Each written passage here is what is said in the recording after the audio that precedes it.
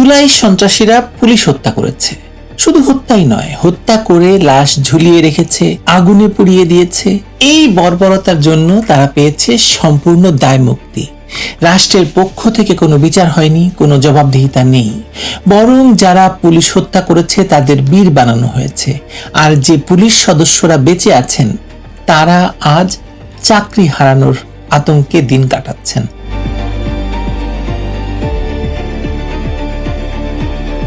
এই বিষয়টি বোঝার জন্য আমাদের একটু পেছনে ফিরে যেতে হবে। তথাকথিত জুলাই অভ্যুত্থানের পর অবৈধ ইউনূস সরকার ক্ষমতা দখল করেই পুলিশ বাহিনীকে একটি মনস্তাত্ত্বিক ধ্বংসের দিকে ঠেলে দিয়েছিল।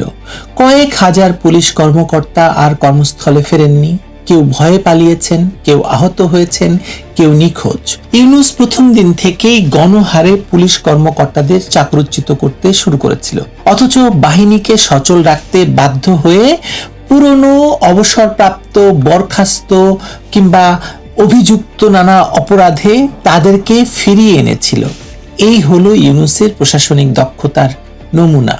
আরো ভয়াবহ বিষয় হলো পুলিশের সাবেক আইজিপিকে রাজসাক্ষী বানানোর যে নাটক মঞ্চস্থ করা হয়েছিল তার পেছনে ছিল আন্তর্জাতিক অপরাধ ট্রাইব্যুনাল সংশ্লিষ্ট মহলের কয়েকশো কোটি টাকার অন্ধকার বাণিজ্য।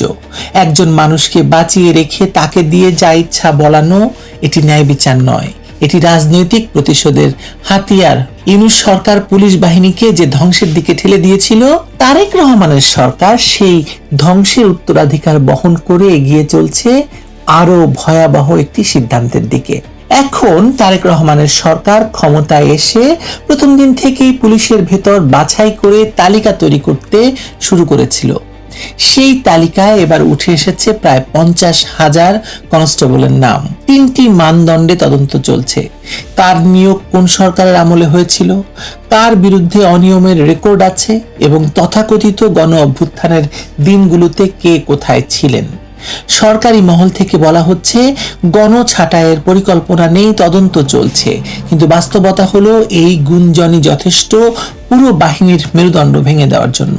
মূলত রাজনৈতিক পরিচয় এবং আনুগত্য যাচাই করেই এই বিশাল ছাঁটাইয়ের পথ তৈরি হচ্ছে। সংস্কারের নামে চলছে রাজনৈতিক প্রতিহিংসার মহড়া। এর ফলাফল কি হচ্ছে? মাঠে ব্যারাকে ছড়িয়ে পড়েছে চরম অস্থিরতা। কনস্টেবলরা রাজপথে দায়িত্ব পালনে ভয় পাচ্ছেন, কারণ আজকে কড়া পদক্ষেপ নিলে কাল হয়তো রাজনৈতিক ট্যাগ লেগে চাকরি যাবে। অপরাধ বিজ্ঞানীরা যা বহুদিন ধরে সতর্ক করে আসছেন সেটি এখন দৃশ্যমান সত্যি। আইন প্রয়োগকারী বাহিনীর মনোবল ভেঙে পড়লে অপরাধী গোষ্ঠীগুলো সেই শূন্যতা পূরণ করতে মুহূর্ত দেরি করে না। ফলে দেশব্যাপী ছড়িয়ে পড়েছে সহিংসতা, মব, হত্যা, ধর্ষণ। এটি শুধু পেশাদারিত্বের সংকট নয়, এটি একটি পরিকল্পিত রাষ্ট্রীয় ব্যর্থতা। পরিস্থিতি কতটা ভয়াবহ হয়েছে সেটি সংখ্যায় দেখলে আপনি আটকে উঠবেন। পুলিশ সদর দপ্তরের নিজস্ব তথ্য বলছে গত 3 মাসে সারা দেশে 915টি হত্যাকাণ্ডের মামলা হয়েছে। প্রতিদিন গড়ে 10টির বেশি খুন হয়েছে। তারেক রহমানের সরকার ক্ষমতায় বসার পরপরই মার্চে 317টি, এপ্রিলে 288টি আর মে মাসে 310টি হত্যা মামলা রেকর্ড হয়েছে। এর বাইরে ট্রান্সপারেন্সি ইন্টারন্যাশনাল বাংলাদেশ বলছে বিএনপি সরকারের প্রথম 100 দিনে 605টি হত্যাকাণ্ড, 209টি ধর্ষণ, 294টি ছিনতাই, 90টি ডাকাতি, 196টি অপহরণ এবং পুলিশের উপর 129টি হামলার ঘটনা ঘটেছে। এই সংখ্যাগুলো রাজনৈতিক বিতর্কের ঊর্ধ্বে, এগুলো রাষ্ট্রের নিরাপত্তা কাঠামোর সম্পূর্ণ পতনের দলিল। চট্টগ্রামের রাউজান একটা উদাহরণ হতে পারে, যেখানে স্থানীয়দের কাছে পরিচিত সন্ত্রাসের জনপদ হিসাবে। 2024 সালের 5ই আগস্টের পর শুধু রাউজানে অন্তত 25 জন নিহত হয়েছে, যার মধ্যে 18টি মৃত্যুই হয়েছে রাজনৈতিক বিরোধের কারণে। 100-রও বেশি গোলাগুলির ঘটনায় আহত হয়েছে 350-রও বেশি মানুষ।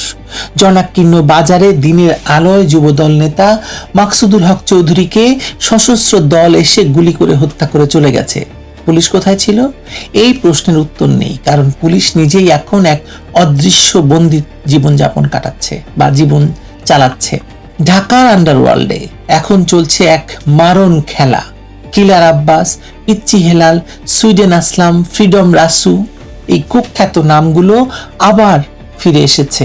2024 সালের আগস্টের পর কারাগার থেকে জামিনে বেরিয়ে বা বিদেশ থেকে ফিরে এসে তারা তাদের হারানো সাম্রাজ্য পুনরুদ্ধারে মরিয়া হয়ে উঠেছে, কারণ তারা বুঝে গেছে এই সরকার তাদের রাজনৈতিক ছত্রছায়া দিচ্ছে। থানা থেকে লুট হওয়া 1000-এরও বেশি অস্ত্র এখনো উদ্ধার হয়নি, সেই অস্ত্র এখন সন্ত্রাসীদের হাতে।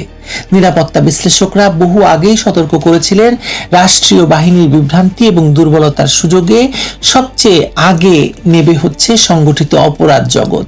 আজকের বাংলাদেশ সেই ভবিষ্যৎবাণী হুবহু প্রমাণিত হয়ে উঠছে। বিভিন্ন সাক্ষাৎকারে আমরা দেখেছি বিভিন্ন জন মন্তব্য দিচ্ছেন, তার মধ্যে একটি মন্তব্য আমার কাছে খুব গুরুত্বপূর্ণ মনে হয়েছে।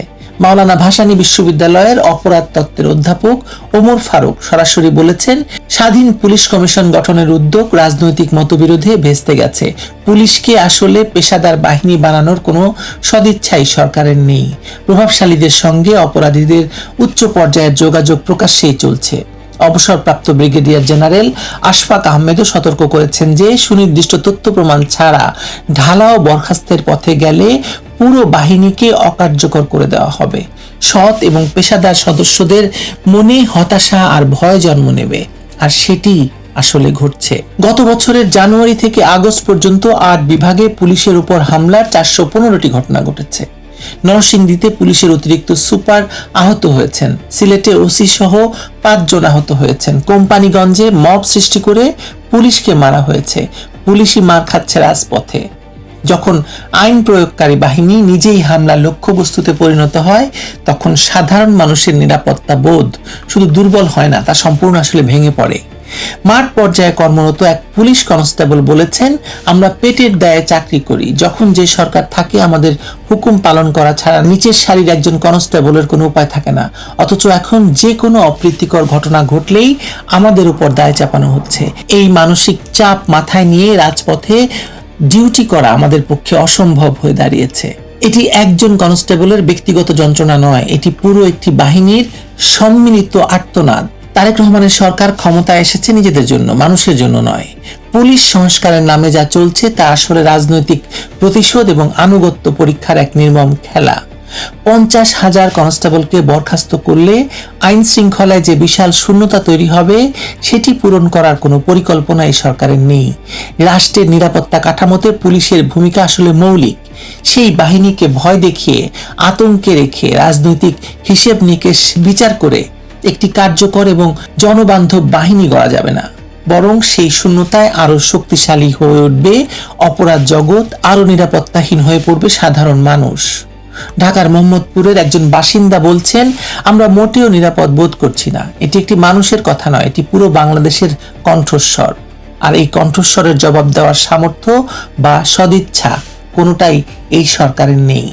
সেনাবাহিনী বলছে জুনের মধ্যে উঠে যাবে। জুনের আজকে 18 তারিখ পার হয়ে যাচ্ছে। কই তারা ফিরছে? তারা ফিরছে না কেন? কারণ পুলিশ পারছে না। কিন্তু কতদিন সেনাবাহিনীকে পাহারাদার হিসাবে রেখে সরকার নিজে টিকে থাকবে আর মানুষকে নিরাপত্তা দিবে বলেন? পরিস্থিতি আসলেই ভয়াবহ। এর মধ্যে এই 50,000 পুলিশ, যাদের সদস্যদের কিছুদিন আগেই শয়ে শয়ে পুলিশকে মেরে ঝুলিয়ে রাখা হয়েছে এবং যারা মেরেছে তাদের দায় মুক্তি দেওয়া হয়েছে, আবার এখন তাদের চাকরিচ্যুত করা হবে। তাহলে পুলিশ কাজ করবে কেন বলেন তো? কেন করবে? আপনি করতেন? ভালো থাকবেন সবাই।